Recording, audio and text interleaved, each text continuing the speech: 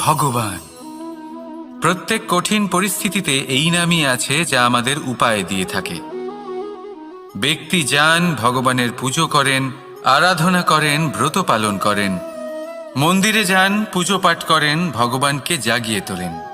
আর তারপর শুরু হয় সমস্ত প্রশ্ন। হে ভগবান, আমার সাথে এরকম কেন হচ্ছে? কেন আমারই জীবনে এত দুঃখ আছে? আমি কিভাবে এর সম্মুখীন হব? আমাকে কেন এত কষ্ট ভোগ করতে হচ্ছে? হে ভগবান, আমি কি করব?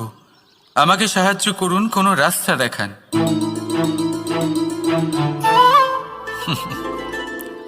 চলুন আমি আপনাকে একটা প্রশ্ন করি।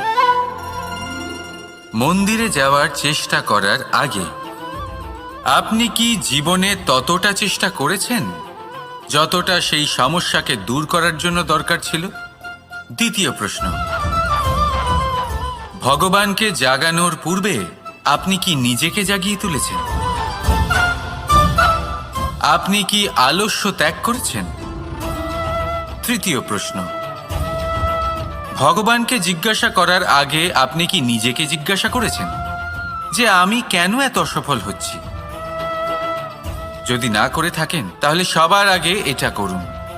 আপনি সমস্ত প্রশ্নের উত্তর পাবেন, সমস্ত বিপদের পরিত্রাণ পাবেন। অন্য কোথাও নয়, নিজের ভেতরে তাকিয়ে দেখুন। চেষ্টা করুন নিজেকে জাগিয়ে তোলার।